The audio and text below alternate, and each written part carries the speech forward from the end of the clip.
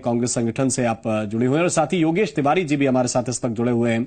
हालांकि दोनों कांग्रेस नेता हैं, लेकिन इस वक्त हालात ऐसे बने हुए हैं कि दोनों को अलग अलग तारुफ हमें कराना पड़ रहा है। जोगी समर्थक हैं योगेश तिवारी, दोनों का बहुत बहुत स्वागत है आपका। सबसे पहले किरणमयी नायक जी, मैं आपसे ये जानना चाहता हूं, अगर प्रदेश कांग्रेस अध्यक्ष को यह कहना पड़े कि उन्हें किसी बात से आश्चर्य नहीं होगा कोई बड़ी घटना घट जाए और सुरक्षा को लेकर अगर वो आशंकित हैं, तो कितना अहम है ये? देखिए, निश्चित रूप से जो वर्तमान परिस्थिति छत्तीसगढ़ सरकार के द्वारा जारी है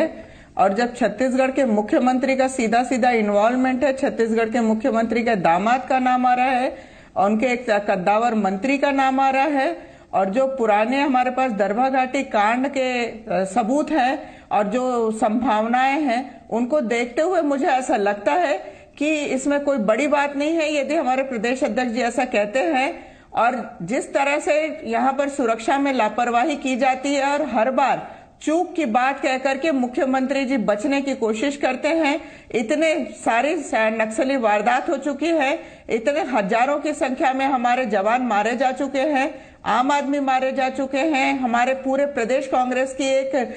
बड़े नेताओं की पूरी खेप हमारी खत्म हो चुकी है। ऐसी दशा में कोई बड़ी बात नहीं है कि इतना बड़ा मुद्दा जब प्रदेश अध्यक्ष जी ने उठाया है तो उस स्थिति में ऐसे होने की भी संभावना है और इससे कोई इनकार नहीं किया जा सकता है। लेकिन जब संभावना का जिक्र चलता है और झीरम घाटी का जिक्र हो रहा है, तो उस संभावना के साथ साथ तो कांग्रेस के भी कई नेताओं का नाम जुड़कर चलता है।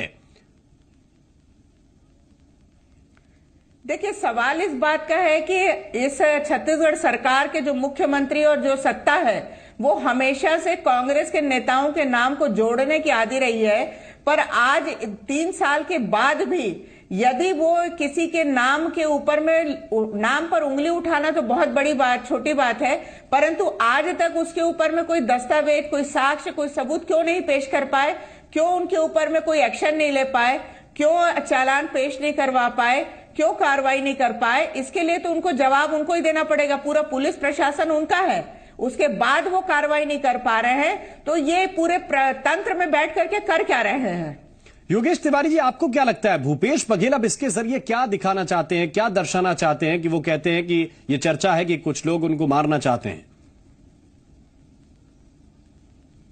इस बात पे मैं यही कहना चाहूंगा, हमारे प्रदेश कांग्रेस कमेटी के अध्यक्ष है, अगर उनको लग रहा है कि इस तरह से अगर कुछ संभावनाएं बन सकती है तो एक शंका है। किसी प्रकार का शंका कोई भी किसी जाहिर कर सकता है, लेकिन रही बात ये छत्तीसगढ़ प्रदेश है, किरण जी की इस बात से मैं सहमत हूं, नक्सलवाद यहाँ बढ़े हुए हैं, लेकिन किसी के ऊपर आरोप प्रत्यारोप लगाना ये सरासर गलत है। और रही झीरम घाटी की बात, झीरम घाटी में जो आरोप पहले भी लगे हैं इसकी पूरी जांच हो चुकी है। हमेशा उस समय भी जोगी परिवार को बदनाम करने की साजिश और प्रयास किया गया था, लेकिन उस जांच में कहीं पर भी जोगी परिवार का कोई नाम नहीं आया। किसी प्रकार के जांच में ये बात साबित नहीं हो पाई कि जोगी परिवार का उसमें कोई लेना देना था। तो हर घटना, किसी भी प्रकार की घटना घटित होती है, ये शुरू से ही छत्तीसगढ़ में एक ऐसा माहौल रहा है कि उसमें कहीं ना कहीं लोग जोगी परिवार को बदनाम करने की साजिश प्रयास की जाती है। इसमें सत्ता के लोग भी हैं और कुछ हमारे कांग्रेस से जुड़े हुए लोग हैं।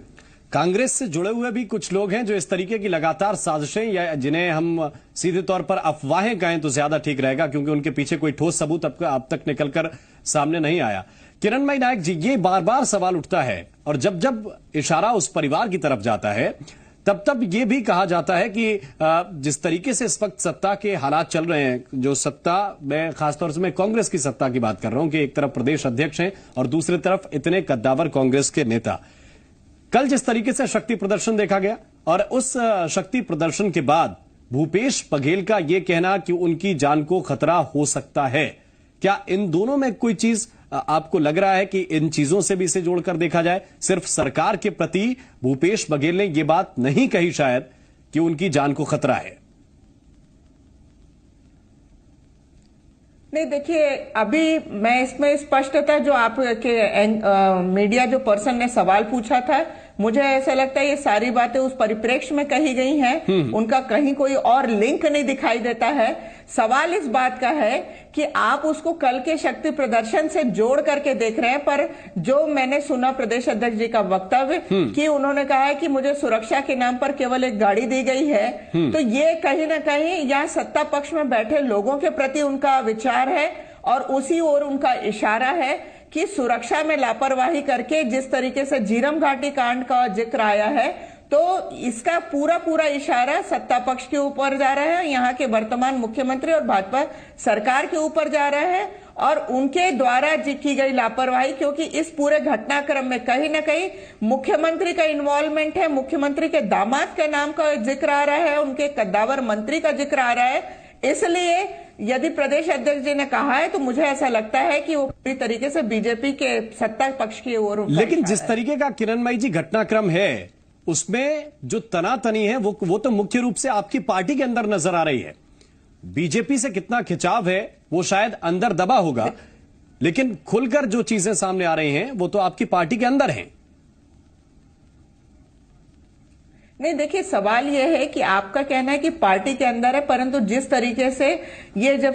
टेप जारी हुआ था उसके बाद से जिस तरीके से मुख्यमंत्री जी ने इसे मोड़ दिया था और पार्टी का अंदरूनी मामला कह करके अपना पल्ला झाड़ने की कोशिश की थी, उस ओर प्रदेश अध्यक्ष जी का इशारा था कि हम अपने पार्टी के अंदरूनी जो हमारी आंतरिक जो पार्टी का जो सिस्टम है उसके तहत हमने एक्शन लिया है, अब आप अपने पार्टी के ऊपर एक्शन लें और बीजेपी की तरफ से कार्रवाई करें। परंतु आज दिनांक तक उनकी तरफ से ना तो एक स्टेटमेंट है, ना ही उनका कोई खंडन है, ना ही उनका कोई वक्तव्य है। तो ऐसा नहीं है कि वो पूरे दूध के धुले हुए हैं और उनके परिवार और उनके जो दामाद हैं उसका जो नाम का जिक्र है, मंत्री का जिक्र है, उसका उल्लेख वो क्यों नहीं कर रहे हैं, क्यों कोई वक्तव्य जारी नहीं कर रहे हैं और क्यों इस बारे में कोई बयान नहीं कर रहे हैं। योगेश तिवारी साहब, एक सवाल ये भी यहां पर खड़ा हो रहा है कि भूपेश बघेल और प्रदेश कांग्रेस कमेटी का जिस तरीके से रवैया रहा, उनका ज्यादा फोकस क्या अजीत जोगी और उनके परिवार को निपटाने की तरफ हो गया, बजाय इसके कि वो सरकार के खिलाफ अगर ये टेपकांड सामने